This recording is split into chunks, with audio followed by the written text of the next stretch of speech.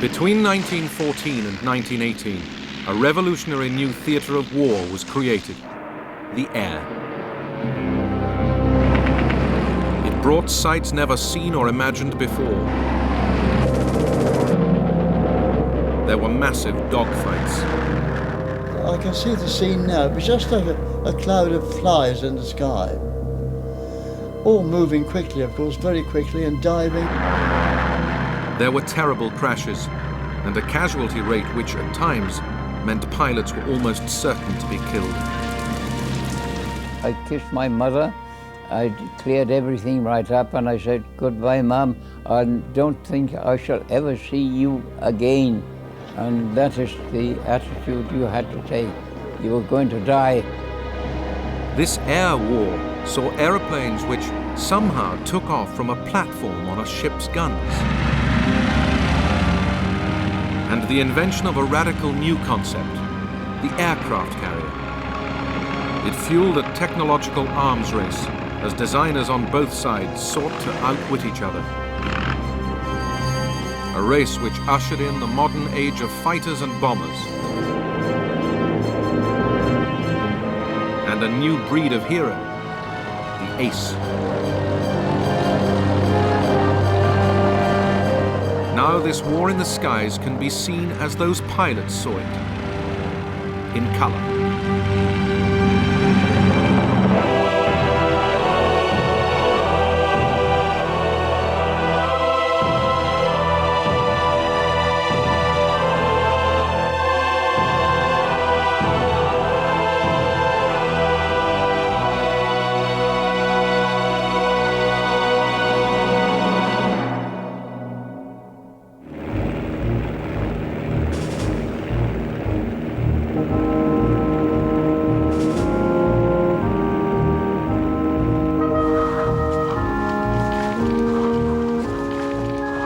In the summer of 1914, as Europe's armies marched to war, a new and dashing form of warfare was attracting young men from all over the continent.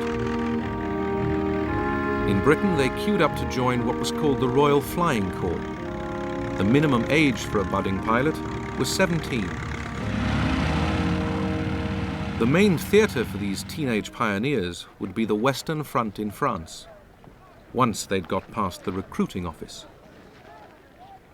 Up to that moment, it had somehow never occurred to us that anyone else had thought of joining the Royal Flying Corps. It was our own brilliant and original idea. No one else could have had it. So great was our dismay to find a long queue of young men waiting ahead of us. Our hope buoyant till that moment dropped, deflated. Are all these chaps trying to get in too? Looks like it. Then silence, and the slow shortening of the queue, each of us staring anxiously at the faces of those leaving, trying to read in their eyes, has he got in? Shall I? The aircraft was only 11 years old when the First World War started. And if you think of yourself as a 19 or 18-year-old boy, really, looking at these machines, they are the Ferraris of their day. They are the Harriers of their day.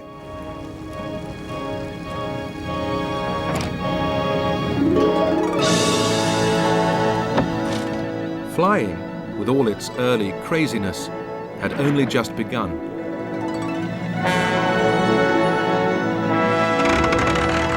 In 1903, the Wright brothers made the first powered flight at Kitty Hawk in North Carolina.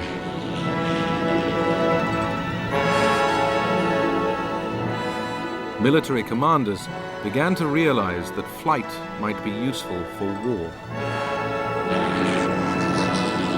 Then, in 1909, the Frenchman, Loughburyja, crossed 20 miles of sea, the English Channel. As he looked beneath him, he was seeing the world quite unlike anyone before. And that became the plane's military purpose, to give the commander on the ground a bird's-eye view of the battlefield. The idea of aerial reconnaissance had come about in the mid-19th century with hot air balloons. And for most of the war, balloonatics, as the British called them, continued to be used as spotters from the air. But the gas-filled balloon became an easy target for enemy attackers.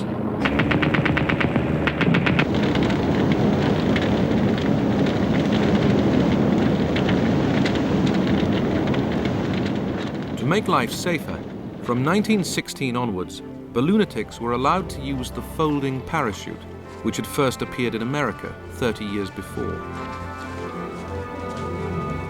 Allied pilots would not be allowed parachutes throughout World War I, as their commanders believed they might be encouraged to abandon their aircraft unnecessarily. Parachutes were the key to a new form of balloon defense. When the balloonatic spotted an enemy aircraft, he would immediately parachute to safety. The ground crew would then try to winch down the balloon before it went up in flames. It was hardly a satisfactory solution, and the smaller, speedier aircraft would end up as the key to aerial reconnaissance, using photography to spy deep into enemy territory. If you photograph something, you can see things that an ordinary observer can't, because you can take it home, develop the photograph, get a large size version of it, have a big detailed look and see it. You can spot gun positions, you can spot paths, you can spot command positions. As well as taking photographs, pilots were able to radio their findings back to ground controllers. The only way for the enemy to stop the information getting through, or the pilot returning to base with his priceless photographs, was to shoot him down. But in these early days, that was difficult. One of the biggest initial problems with having any effective armament on planes, be it bombs or machine guns or whatever, is simple weight. These are very primitive aircraft, very flimsy, very low power engines. They have problems even lifting the pilot up, let alone a big heavy machine gun with all its ammunition. Pilots had a further obstacle. The propeller in front was in the way. The first solution came in April 1915 from the French pilot Roland Garrosa. He put steel wedges on the propeller blades so that any machine gun's bullets that hit them would simply bounce off. Now, that's obviously not an ideal solution, first of all because of the extra weight of the armour to withstand the machine gun, and also because you've got 1 in 10 bullets flying off God knows where, and some even might come back and hit your own aircraft.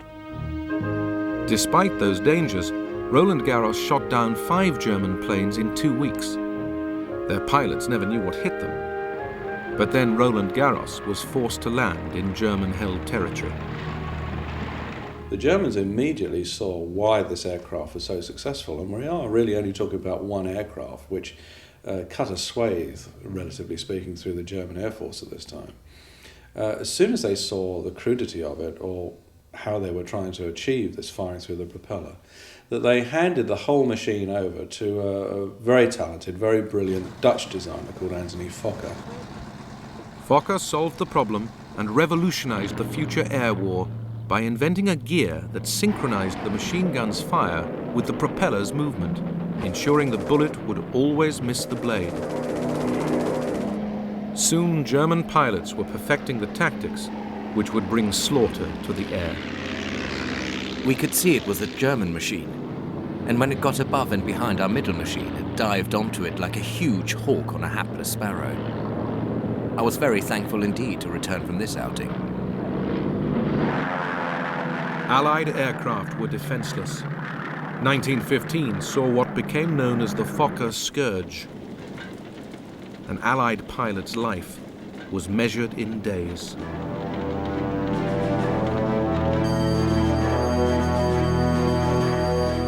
The Fokker Scourge of 1915 was annihilating British and French pilots.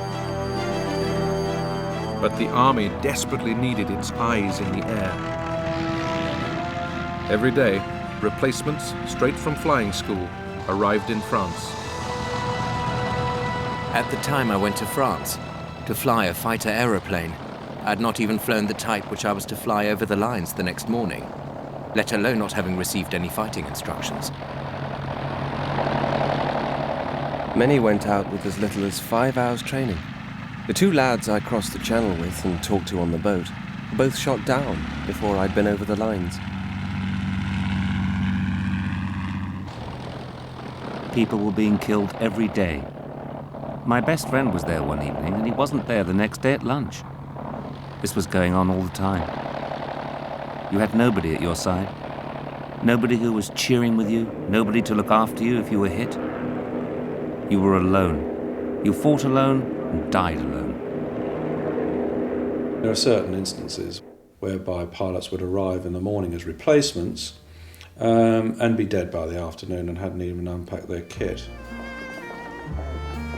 The head of the Royal Flying Corps, Hugh Trenchard, ordered that fresh pilots should be sent every day to take the places of the dead at the mess dinner table. If, as an ordinary pilot, you see no vacant places around you, the tendency is to brood less on the fate of the friends who have gone forever. Instead, your mind is taken up with buying drinks for the newcomers and making them feel at home. 1915 was a continuing disaster for Allied pilots. The Fokker scourge lasted 9 months. During it, the average life expectancy of a British pilot was just 11 days. You expected to be killed any moment. Oh yes, you never thought about life in any way at all, just doing the job, you know. There was quite a lot of demoralisation, and there was a lot of recriminations about the inadequacy of their own aircraft. Hugh Trenchard knew that losses were inevitable, and that in effect the war in the air was no different from the war in the trenches in terms of the attritional nature of the contest and the massive casualties that would be sustained before any kind of victory.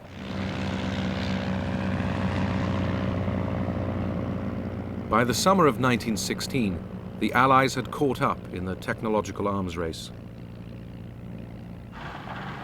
Their planes now also had forward-firing machine guns. New models came on stream which were faster, lighter and more agile. And the Royal Flying Corps had doubled in strength from 12 to 27 squadrons. The Fokker scourge was ended.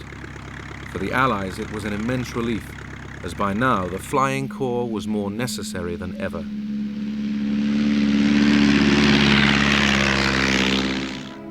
The stalemate of the trench war had lasted nearly 2 years. Both Allied and German commanders were desperate to break it. In February, the Germans had launched a massive offensive at Verdun, and the French were holding on for grim life. To relieve them, the British Army planned its attack at the Somme in July. Aerial reconnaissance was vital, not only for pinpointing German targets, but also for guiding artillery fire. With their new, improved planes, Allied pilots went into action. Some became household names. Men like Albert Ball. Albert Ball was an inspirational pilot for the Royal Flying Corps because no odds were too great for him, and it in a way mirrored the whole Royal Flying Corps approach that Trenchard had. They were not afraid of odds. They would always go for it, even if it meant their own death. They say I crashed to the ground at 120 miles an hour, and to look at the undercarriage I should think that I did. However, it's nearly ready for flying again now. It was a rum feeling coming down, for I had time to see that my number was up. However, it wasn't. Ball was not the future of the Royal Flying Corps. He couldn't be. He relied on luck to stay alive. He'd come back with his aircraft riddled with bullets. Albert Ball was killed at the age of 21. He'd shot down 44 German planes. The French, in particular, were quick to exploit their aces. By focusing on the lives of the heroes of the air, they could distract the public from the carnage of the trenches. Successful pilots were courted by the press and paraded in high society.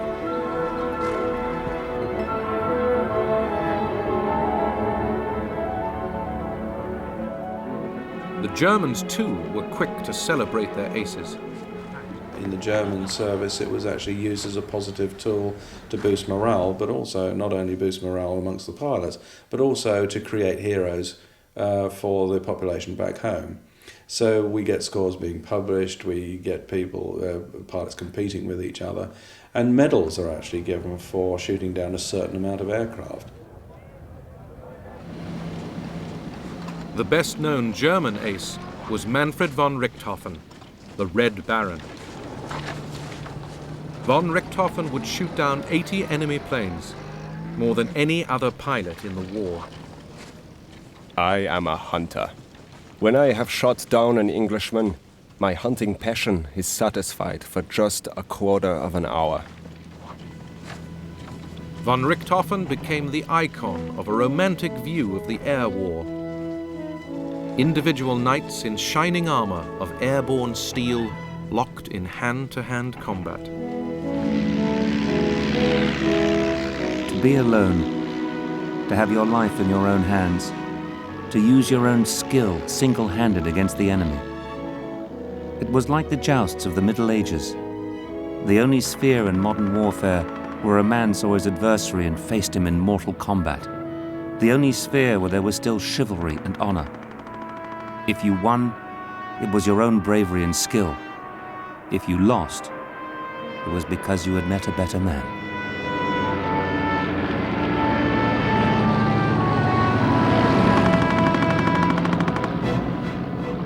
But oh, my old ma, one can't lay down the rules while on mere earth for people on fighting patrol in the air. You are a different man. At least, you aren't a man at all. That is, I am not. You are a devil incarnate filled with the dazzling thrill of playing the best game God ever created, mad after Huns and just forgetting everything else, but showing the old Hun that there's only one man fit to be in the air, and not two. In a battle area where the shells are bursting around you and all black smoke and all the rest of it, you become a different individual. You do not become human. Can I put it that way?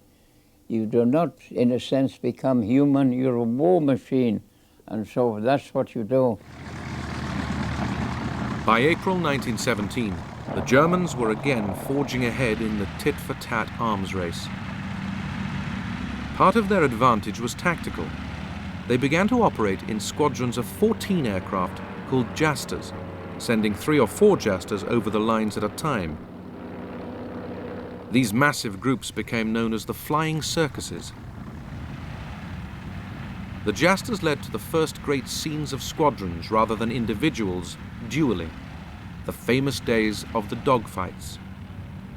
British and Allied squadrons would meet the German circuses in the skies over the trenches and battle to the death, often to the amazement of infantrymen below. I can see the scene now. It was just like a cloud of flies in the sky. All moving quickly, of course, very quickly, and diving and round one another. And we could hear the shots, of course. But they were quite overhead. I've seen some marvellous air battles between 2 fighter planes. And but the trouble was, we never knew who won. We used to be betting with each other. I wonder who's going to come, who's going to win this day. One at Jerry's and one of us on. Superior German planes and the Jaster tactics cost the Allies dear. In 1917, in what became known as Bloody April, they lost 150 aircraft and 316 men. Later in 1917, the first American pilots came over, but German superiority continued. Yet the Allied airmen had to go on flying over the lines to provide intelligence for their armies as they prepared for their summer offensives below. The commanders and really the pilots knew that they didn't have the equipment, they didn't have the best tools for the job, and yet they were being asked to contribute to a major offensive, knowing that the Germans had better equipment and to some extent better tactics at the time. So it's this tragic inevitability about the Flying Corps that at the time that they couldn't really do anything about. We got into a dogfight this morning with a new brand of Fokkers, and they certainly were good. This fellow just hung right there and sprayed me with lead like a hose. All I could do was watch his tracer and kick my rudder from one side to the other to throw his aim off. heavy though their losses were throughout the war, British pilots knew that they were a tiny fraction of the ever-rising death toll on the ground. And the life of the airman, although often short, was at least one of relative luxury compared with the lot of the PBI, the poor bloody infantry, in the trenches. When we were flying at about 17,000 feet, it gave you a wonderful feeling of exhilaration. You were sort of, I'm king of the castle. You were up there and you were right out of the war.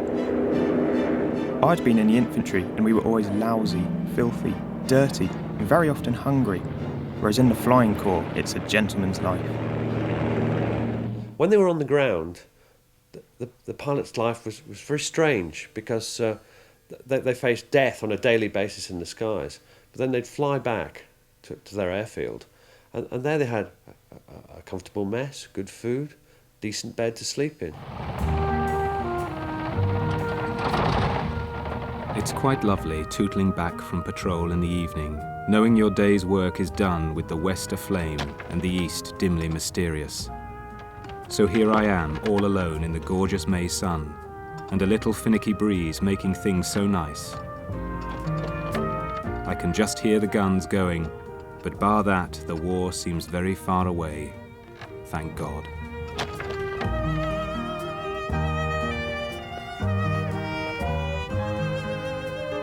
We are under canvas and have our mess in the open in a small wood.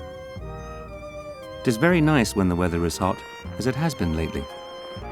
Although we are within range of the shell fire from big guns, at present you would not know there is a war. I'm sitting in a wood out of the sun, and the only things to be heard are the machine guns shooting away in the distance and the mess gramophone.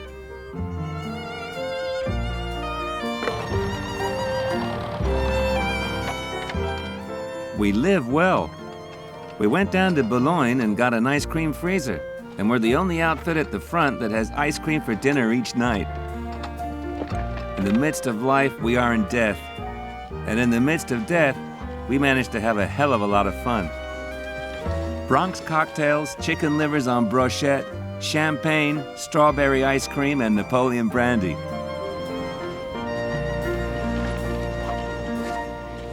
They were basically normal young men who might be killed any day, and they lived their lives to the full. A lot of them did suffer badly from nerves as the time went on, and they could see their death approaching. The heat of the long summer days was terrific, and our flying hours were many. All these facts assisted to play upon the temperaments of those who were flying. I can remember my bedroom companion felt as I did, and how each of us lay awake in the darkness thinking of dawn patrol the next morning. At last we could bear it no longer, and admitted a mutual feeling of terror and foreboding. We lit the candles and after that felt a bit better, and somehow got through that night as we had to get through the next day. One pilot was tormented by a nightmare, a face. The face would appear vague and distant, and would slowly come nearer until it seemed as if the face and he were literally nose to nose, staring at each other. That's all, just staring. Then he would wake up, his sleep spoiled. Who was it? Was it a man he had killed? Or was it a man waiting for him in the sun?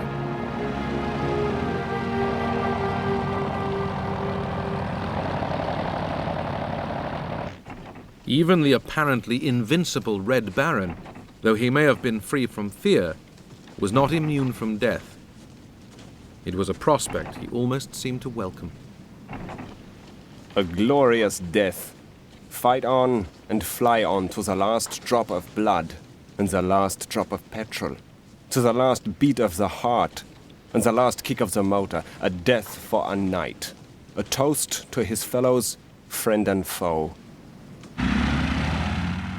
Ironically, the Red Baron, the greatest ace of them all, would be shot down not by an Allied plane, but by a machine gun on the ground. While he'd ruled the skies over the land, an even more extraordinary air war had developed over the sea. Early in the war, the Germans had the advantage.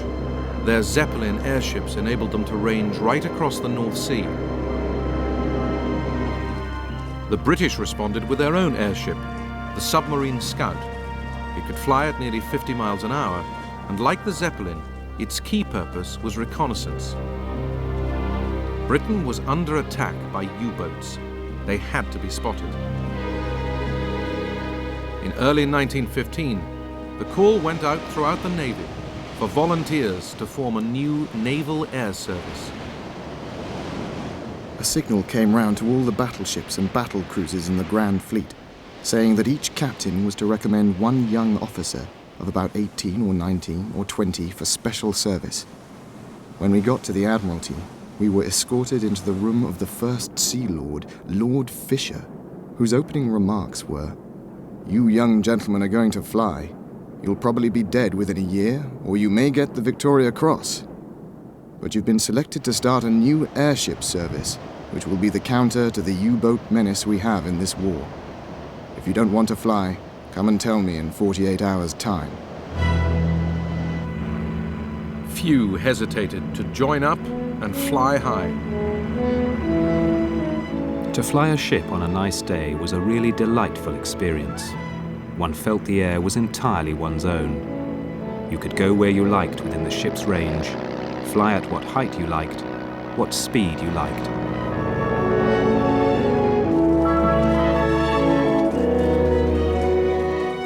British airships grew ever more sophisticated. As well as spotting German targets, they set out to bomb them. But it was crude technology. We could keep up long hours, but our bomb capacity wasn't very great at all. We had quite small bombs which were more or less lying loose, rolling around on the floor. Eventually we hung them over the side on bits of string and carried sheath knives to cut the bit of string to drop the bomb. However graceful, balloons were hardly the ideal hunter-killers. What the Navy needed was more heavily armed and faster aeroplanes which could operate at sea. The prime reason remained the need to counter German U-boats. In 1915, Germany had declared unrestricted U-boat warfare and was attacking any merchant ship heading for Britain without warning. Hundreds of ships were being sunk. Britain, which depended on trade to survive, was under dire threat. Though U-boats attacked from underwater, they still had to spend most of their time on the surface. Planes would be the best way to spot them, and could also help to sink them.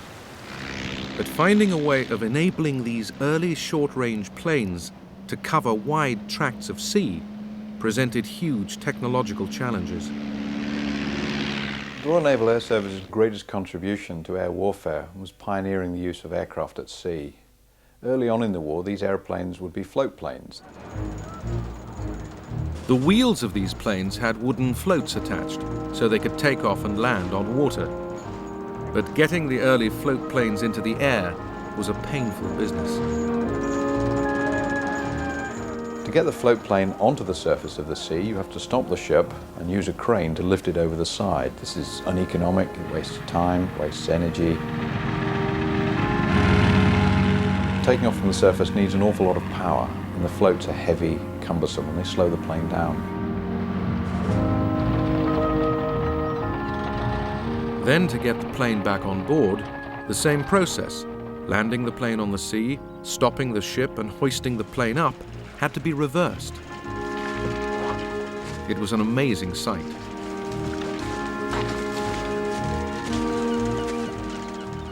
Float seaplanes struck you as being aeroplanes on a visit to the seaside, which had put on huge galoshes in order to keep dry. On seeing one pass overhead, it was usual to say, "There she goes with her big boots on."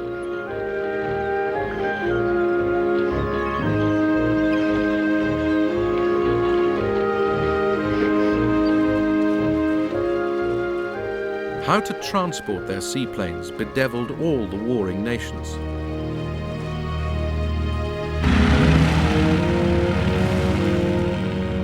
This was an early Russian version. The Russian solution was to tow their planes at sea behind. All very well when it was calm, hopeless in a storm. As for the Germans, their fleet hardly ever put out into the open sea, so their seaplanes were launched from slipways. But for pilots of every nation, the flying was chancy. What worried me the most was the thought of being seasick. I had seldom been afloat apart from 1 or 2 rowing boat trips at the seaside, and I imagined that everyone except hardened sailors was automatically ill whenever there was any swell. After running a very long way, you pulled back with all your might, and with any luck lumbered into the air to stagger around at 300 or 400 feet. Although on one occasion my logbook tells me we actually reached 1,200 feet. The first British mass-produced seaplane was the Short. It was more than simply a spotter, as it could be armed with bombs. That added weight, and pilots didn't always make it into the air. I taxied out before a full gallery, onto a sea as calm as the proverbial mill pond. You think that the machine would unstick? Not by a jugful. I squatted about on the glassy surface like a wounded duck for 20 minutes or more, until the water in the radiator was boiling and the cockpit was like a Turkish bath. These primitive seaplanes cannot operate off anything really other than an extremely calm sea. They can't take off or be recovered unless the sea is absolutely flat calm. And obviously in the North Sea, that doesn't happen very much. A further answer to the U-boat threat was to build a much longer range aircraft which could operate from calm harbours. The flying boat came into being. In 1917, a flying boat sank its first U-boat, but their pilots had no backup. Personally, I consider flying boat fighting was more desperate work than that carried out over the French front. I say this because, added to the ordinary chances of combat, you had the long journey over a deserted sea both before and after your fight. The North Sea is a nasty customer, fog, high seas, low cloud, etc. being more the rule than the exception. You always knew that if you got engine failure or some trivial mishap, you had the ever-present chance of being drowned, with only the smallest chance of rescue.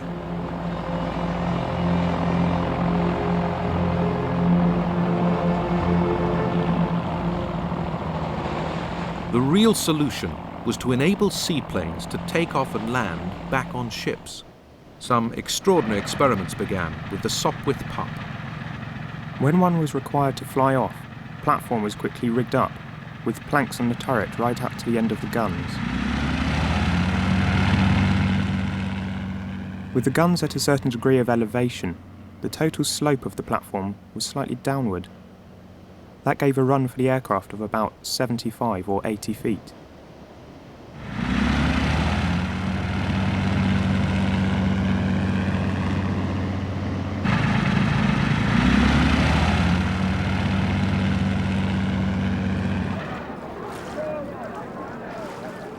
It was a great risk that the pilot would not get flying speed and would stall and fall into the water. But he would only miss the crest of the waves by not more than a couple of feet if he had judged the thing properly. It was an extremely hazardous operation, and I used to watch these pilots with enchantment, with great admiration for their courage and skill.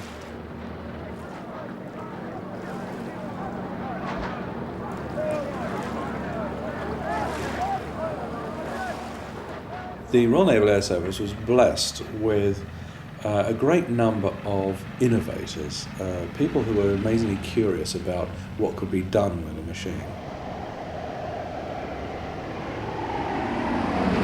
And it's these experiments that move the Royal Naval Air Service, or maritime flying, into a completely different realm, because the inevitable result of these experiments was the development of the aircraft carrier. In August 1917, a Sopwith Pup successfully landed on HMS Furious, a cruiser which had been converted to become Britain's first aircraft carrier. The first thing we had to do was to learn to fly on and off the foredeck. I remember the captain said, "You may as well take a revolver and blow your brains out." You have to synchronize the speed of the ship with the speed of the plane, which is quite difficult. Whatever the difficulties, a new type of warfare had been born. By early 1918, HMS Furious carried out the first carrier-borne raid, which took off from the carrier using wheeled aircraft to bomb and destroy the German Zeppelin sheds at Tondern. And this is the pioneer of modern aircraft warfare from the sea. The aircraft carrier comes of age in this conflict.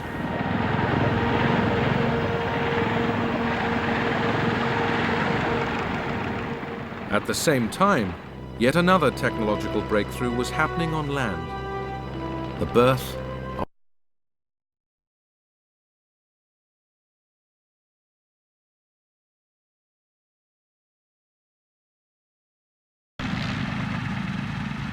By the summer of 1917, Allied pilots on the Western Front had once again caught up with German technology.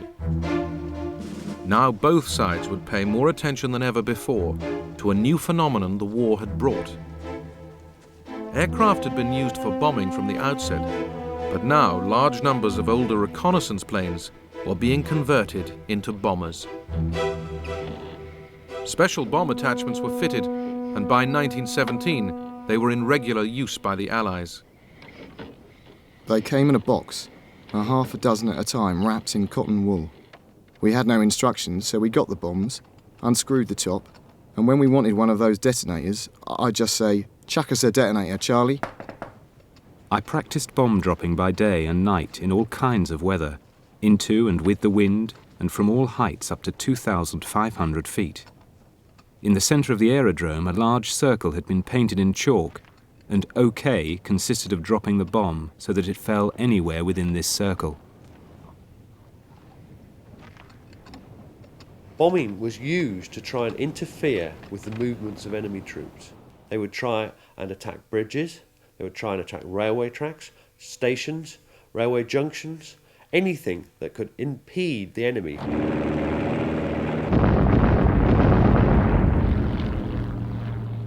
The bombers, flying low to drop their load, came under increasingly heavy anti-aircraft fire.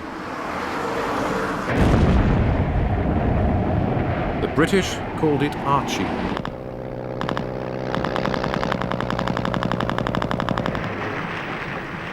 But trying to shoot down an aircraft from the ground was difficult. They come that fast. By the time you got a bullet in your barrel, they've gone. You can't, it's nearly, the only way is to do it is to know if they're coming this way and you're facing there. And by the time you get round, you might just have a chance of a bullet having a fire at it, you know. They move that quick. Gradually there were more and more anti-aircraft guns, but not that many aircraft were shot down by them. It was more a disruptive thing, and it's a very good indicator of the nerve of a pilot, because they'd laugh at Archie. Well, first they'd be scared, then they'd laugh at it, and then as their nerves started to go, they'd start to obsess on it and start to worry that this day that puff of smoke next to the aircraft might actually hit them. I wonder how long my nerves will stand this almost daily bombardment by Archie. I notice several people's nerves are not as strong as they used to be. Today we had a good dressing down by Archibald, and some of the shells burst much too near. I could hear the pieces of shell whistling past. They have to burst pretty close for one to be able to hear the shrieking of loose bits of shell above the noise of one's engine. The air arms race of World War I brought a new and potentially devastating twist to warfare. For the first time, civilians became targets. The Germans carried out the first civilian bombing in January 1915 on the Norfolk coast. Their bomber was the Zeppelin balloon. In May 1915, Zeppelins bombed London. 7 civilians were killed. Look, there it is, a long black cigar-like shaped object coming very slowly. I put my arms around my mother, and I can tell you, I don't know how we felt. People began to make preparations for the Zeppelin raids. One big wine dealer was reported to have let one of his cellars, and people we knew had furnished theirs and slept with big coats and handbags for valuables at the bedside.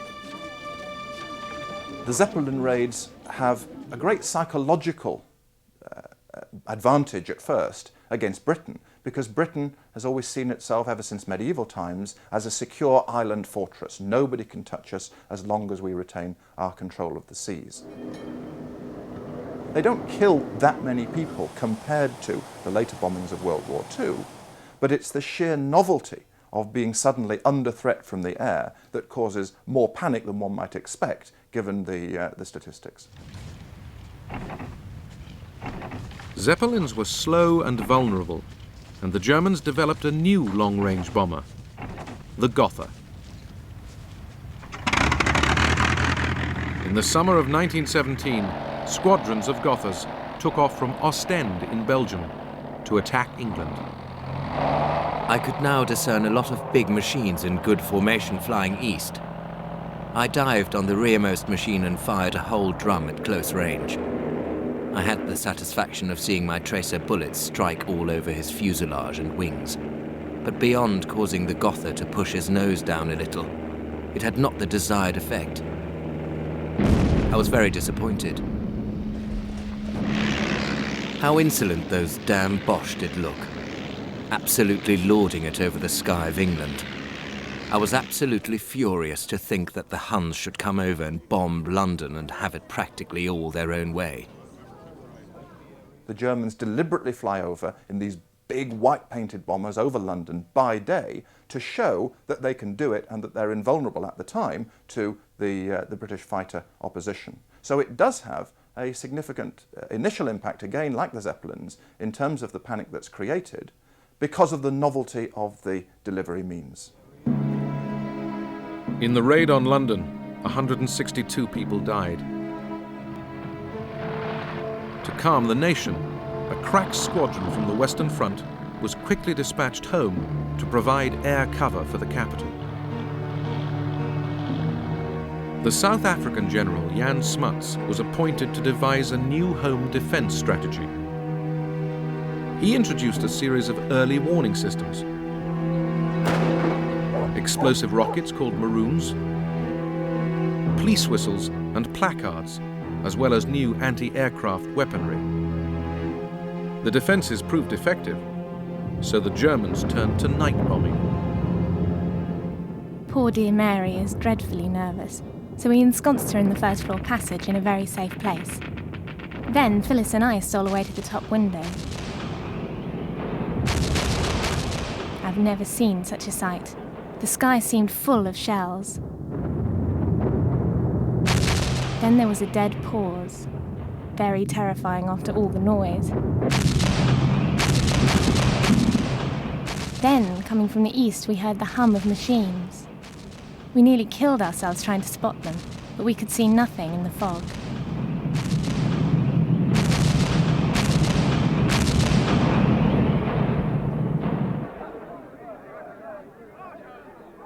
Even by night, the British anti-aircraft defences proved so effective that the bomber raids petered out. The last Gothas came in May 1918.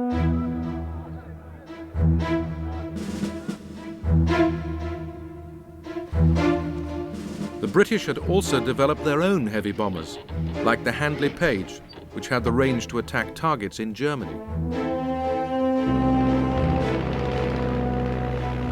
These new flying machines were taking war to a new level.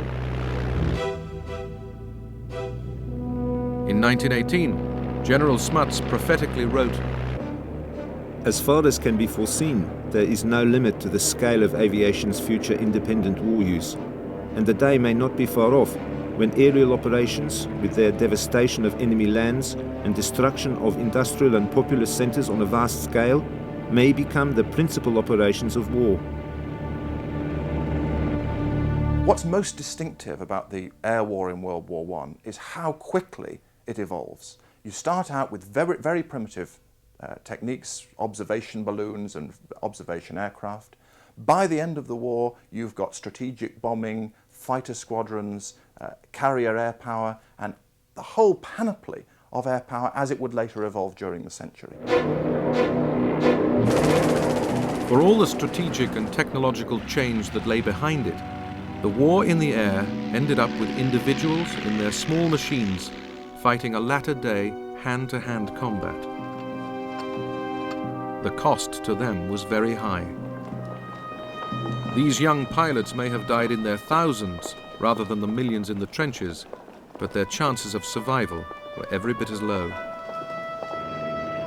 The death of one ace, an American called Raoula Loughburyja, summed up how they saw themselves. His mess song reflected a pilot's knowledge that his life was thrilling but short. We meet 'neath the sounding rafters. The walls all around us are bare. They echo with peals of laughter.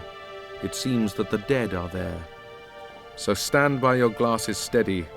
The world is a web of lies. Here's a toast to the dead already. Hurrah for the next man who dies.